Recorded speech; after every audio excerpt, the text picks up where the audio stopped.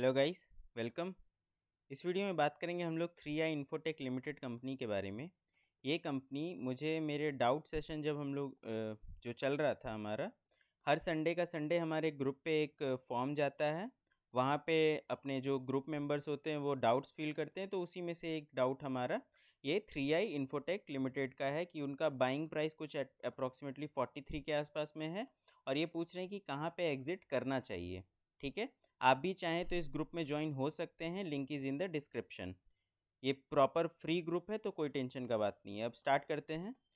तो हमारा जो बाइंग प्राइस है सबसे पहले वो मार्क कर लेते हैं। कुछ अप्रॉक्सीमेटली 43 के आसपास में हमारा बाइंग प्राइस है। ठीक है, 43 के आसपास में हमारा बाइंग प्राइस है और कुछ अप्रॉक्सीमेटली हमारा चल रहा है अभी 33.85, जो कि 20% के आसपास का हम लोग का फॉल है। ठीक है, अब थोड़ा सा हम लोग पहले इसका फंडामेंटल्स देख लेते हैं कि क्या फंडामेंटल्स में ऐसा इम्प्रूवमेंट है कि फ्यूचर में जो प्राइस पहले चल रहा था वहाँ तक पहुँच सकता है। ऑल्दो ये प्रिडिक्ट नहीं किया जा सकता है, ये पूरी की पूरी तरीके से ये जो भी हम बोल रहे हैं वो स्टॉक का जैसा मैनेजमेंट रहेगा, स्टॉक जैसा परफॉर्म करेगा उस पर डिपेंड करता है। लेकिन जस्ट हम लोग अपना एक नंबर समझ लेते हैं कि क्या वहाँ तक पहुँचना पॉसिबल है या नहीं। तो उसके लिए हम लोग जाएंगे इसके फंडामेंटल वाले पार्ट पे। और सबसे पहले और सबसे जो बड़ा रेड फ्लैग मुझे दिखता है वो है इसका पीई रेशियो। ठीक है, ये जो पी इसका भी अभी इस प्राइस पे 33.85 पे इसका पीई 402.23 के आसपास में है और जो कि सेक्टर का पीई से अप्रॉक्सीमेटली 20 टाइम्स तो नहीं कहेंगे, 16-17 टाइम्स चल रहा है। ठीक है, बुक वैल्यू से नीचे अभी ट्रेड कर रहा है। तो दो चीज़ तो यहाँ देख लिए हम लोग। अब हम लोग चलते हैं इसके थोड़े से फाइनेंशियल्स पे। तो फाइनेंशियल्स पे अगर हम लोग क्वार्टर रिजल्ट्स देखेंगे तो 170, 180, 100 करोड़ 190 करोड़ के आसपास का इनका हर क्वार्टर का रहता है, जिस पे वो लोग कभी प्रॉफिट बना पाते हैं, कभी प्रॉफिट नहीं बना पाते हैं और इस बार तो नेगेटिव में ही रहा है। तो सबसे दूसरा हम लोग को रेड फ्लैग यहाँ क्या दिख जाता है? पहला तो रेड फ्लैग हम लोग को पीई वाला दिख गया। दूसरा हम लोग को रेड फ्लैग क्या दिख गया कि इसका स्टेडी प्रॉफिट नहीं है। हर क्वार्टर में इसका स्टेडी प्रॉफिट नहीं रहता है। अगर एक बेस बनाए कंपनी, रेवेन्यू इतना बना रहा है, प्रॉफिट भी उतना बना रहा है, तो एक स्टेबल जोन में जाता है। अब कभी ये प्रॉफिट बना रहा है, कभी लॉस बना रहा है, तो ये एक स्टेबल जोन में नहीं है। तीसरा इसका क्या रेड फ्लैग है कि ये प्रॉपरली पेनी स्टॉक है। सबसे पहला और सबसे इंपॉर्टेंट चीज़ होता है कि पेनी स्टॉक में उतना इन्वेस्ट नहीं किया जाता है। भले वो स्टॉक ठीक है फ्यूचर में चल जाए, कुछ स्टॉक चलते हैं, कुछ स्टॉक बर्बाद हो जाते हैं, लेकिन फिर भी अपना हार्ड अर्न मनी को पूरी तरीके से पेनी स्टॉक में पैसा लगाना बुद्धिमानी वाला चीज़ नहीं है। आगे चलते हैं। अब हम लोग थोड़ा सा इसका बैलेंस शीट देख लेते हैं। बैलेंस शीट के लिए हम लोग बैलेंस शीट खोलते हैं इसका। तो बैलेंस शीट में हम लोग को दिखता है कि इसका लॉन्ग टर्म बोरोविंग्स कुछ अप्रॉक्सीमेटली सिर्फ और सिर्फ 98.57 के आसपास में है, जिसमें इसका लॉन्ग टर्म बोरोविंग 41 करोड़ के आसपास में है और एक स्टेबल रिजर्व्स है। तो रिजर्व्स का प्रॉब्लम नहीं है, डेट उतना ज़्यादा नहीं है एज़ कम्पेयर टू रिजर्व्स के हिसाब से। हम लोग वापस आते हैं और हम लोग थोड़ा सा रेशियोज़ इस बार देखते हैं। ऑल्दो हम लोग ज़्यादा रेशियोज़ और जब स्टॉक एनालाइज करते हैं तो ज़्यादा नहीं देखते हैं, लेकिन इसका थोड़ा सा हम लोग देख लेते हैं वैल्यूएशन रेशियोज़। तो वैल्यूएशन रेशियो वाइज देखा जाए तो पिछले साल तक पीई कुछ नेगेटिव में चल रहा था, 3-10, तो बहुत ही अंडर वैल्यूड स्टॉक दिख रहा था। लेकिन इस साल पता नहीं क्यों 343 का पीई हम लोग को दिखा रहा है। ठीक है, अब हम लोग अगर क्या कहते हैं दूसरे रेशियोज़ पे चलते हैं, जैसे कि हम लोग का हो गया ग्रोथ रेशियो। ग्रोथ रेशियो पे अगर हम लोग देखें तो हम लोग को दिखता है कि पिछले साल के हिसाब से एक अच्छा खासा हम लोग को CAGR सेल्स का ग्रोथ रेशियो आया है। पिछले साल नेगेटिव चल रहा था, इस साल हम लोग को 2 एक पॉजिटिव नंबर आया है, तो ये एक अच्छा बात है।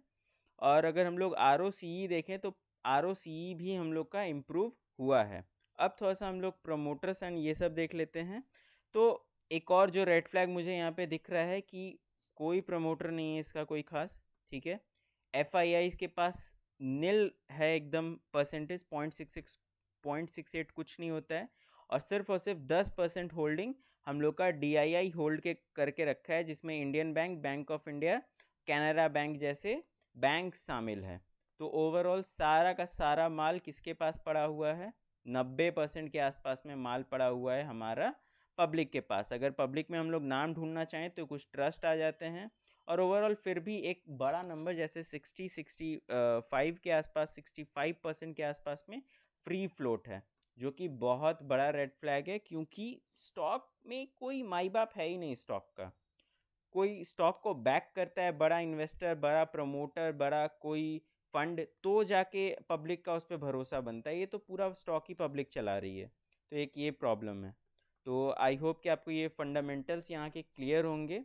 क्या क्या रेड फ्लैग हमें दिख रहा है, एक तो पीई दिख रहा है कि पीई बहुत हाई है इस प्राइस पे भी। दूसरा हम लोग को दिख रहा है कि स्टेबल प्रॉफिट नहीं बना रहा है कंपनी। तीसरा हम लोग को दिख रहा है, अच्छा चीज़ जो दिख रहा है कि इसमें कोई खास नेट लॉन्ग टर्म पे बोरोविंग्स नहीं है। चौथा एक हम लोग देखें कि इसका जो हम लोग का वैल्यूएशन रेशियोज़ वगैरह जो देखें वो सब भी ऑब्वियसली हम ये बोल चुके पहले। फिर हम लोग को जो पांचवा चीज़ दिखता है इसका कि कुछ खास होल्डिंग प्रमोटर्स या फिर FIIs DIIs के पास नहीं है, सारा का सारा माल पब्लिक लेके बैठा हुआ है। ठीक है, तो इतना सारा चीज़ हो गया फंडामेंटल्स। अब थोड़ा सा हम लोग देख लेते हैं टेक्निकल वाइज। तो टेक्निकल वाइज अगर हम लोग देखें तो देखिए स्टॉक कभी भी कहीं से भी उठना शुरू हो जाता है, तो बहुत ज़्यादा इसमें टेक्निकल पे दिमाग नहीं लगाएंगे। ऑल्दो एक सपोर्ट यहाँ पे हम लोग को दिख रहा है, क्या दिख रहा है यहाँ पे कि 28 से 30 के आसपास का एक प्रॉपर सपोर्ट है। बार बार स्टॉक यहाँ से अच्छा खासा बाउंस बैक लिया है।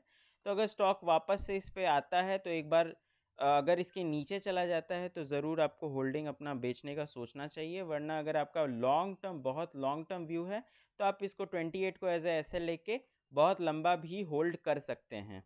टारगेट्स का बात कर ले तो टारगेट्स हमें एक रेसिस्टेंस 52-53 के आसपास में मिलने वाला है, एक हमारा 70 के आसपास में मिलने वाला है। लेकिन इतना तक पहुंचने में काफ़ी टाइम लगाएगा और एक दो एटलीस्ट एक दो क्वार्टर में अच्छा खासा रिजल्ट्स की भी ज़रूरत पड़ेगी।